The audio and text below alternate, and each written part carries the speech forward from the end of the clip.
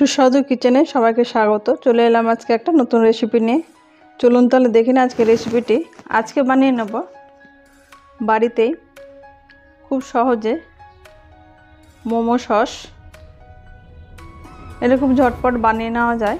আমি যেভাবে বানাই সেই রেসিপিটাই আজকে শেয়ার করব। এখানে প্রথমে একটা ওভেনে প্যান বসিয়ে দিয়েছি। প্যানটাতে জল গরম হয়ে গেছে। এখন আমি এখানে টমেটোগুলো অর্ধেক করে নিয়ে 4টে টমেটো কেটে নিয়েছি। আর দিয়ে দিলাম শুকনো লঙ্কা। এখানে বীজটাকে আমি ঝরিয়ে রেখেছি একটা বাটিতে। আর দিয়ে দিলাম রসুন, একটা পেঁয়াজ 4 পিস করে নিয়েছি। এখানে রসুনটা কিন্তু পেছানোর সময় দেওয়া যেতে পারে, আপনারা চাইলে সেই সময় দিতে পারেন। আমি এখন এখানে সেদ্ধ একটু করে নেবো, যেহেতু কাঁচা যে গন্ধটা থাকে সেটা আর লাগে না।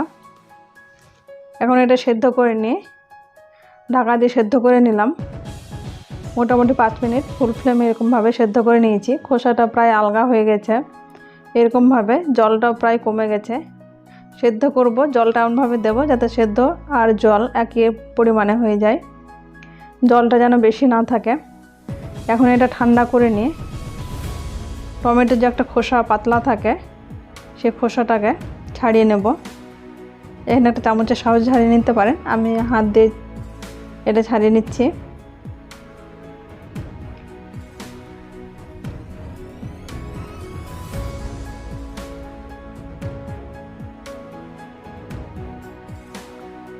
সবগুলোই টমেটোর খোসা ছাড়ানো হয়ে গেছে। এটা ঠান্ডা করে নিয়ে পুরোপুরি এখন একটা মিক্সিং জারে নিয়ে নেব। এটা মিক্সিং জারে পেস্ট করে নিচ্ছি।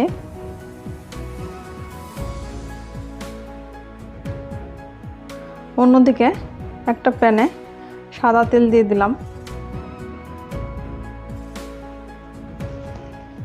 আর দিয়ে দিচ্ছি কয়েকটা রসুন, এখানে থেতো করে রেখেছি। সেই রসুনটা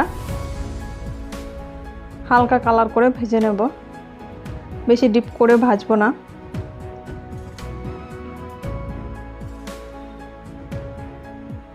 আর টমেটো যেটা পেস্ট করে নিয়েছিলাম সেই টমেটোটাকে আমি ছেঁকে নিলাম। একটা ছাঁকনির সাহায্যে এটা ছেঁকে নিতে হবে, তাহলে যে বীজগুলো থাকে সেই বীজটা বেরিয়ে আসে।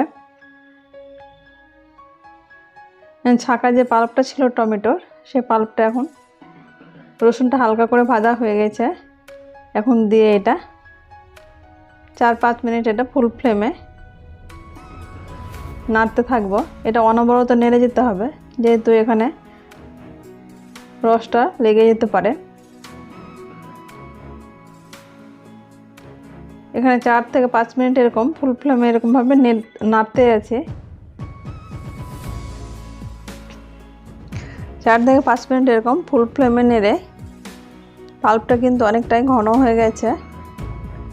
এরকমভাবে ঘন হয়ে গেছে। এখানে জলটা ছিল সেই জলটা অনেকটাই টেনে গেছে, শুকিয়ে গেছে।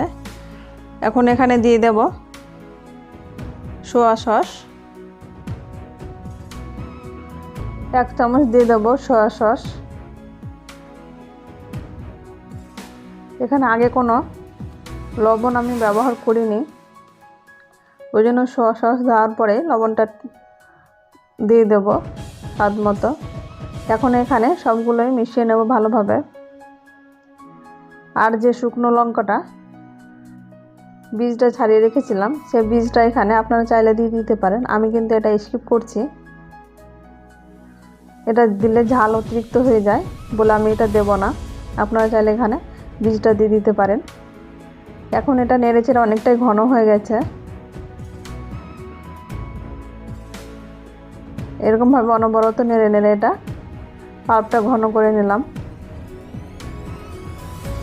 আর দিয়ে দেবো স্বাদ মতো লবণ।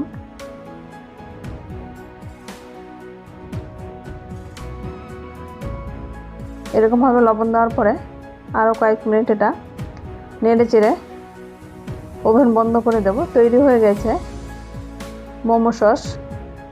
আমার রেসিপিটি যদি ভালো লেগে থাকে তাহলে একবার বাড়িতে ট্রাই করতে পারেন। আমার চ্যানেল নতুন বন্ধু হয়ে থাকেন তাহলে সাবস্ক্রাইব করে পাশে থাকার অনুরোধ রইল, পাশে থাকা বেল আইকনে প্রেস করে দেবেন, তাহলে যখন কোনো ভিডিও আপলোড দেব সর্বপ্রথম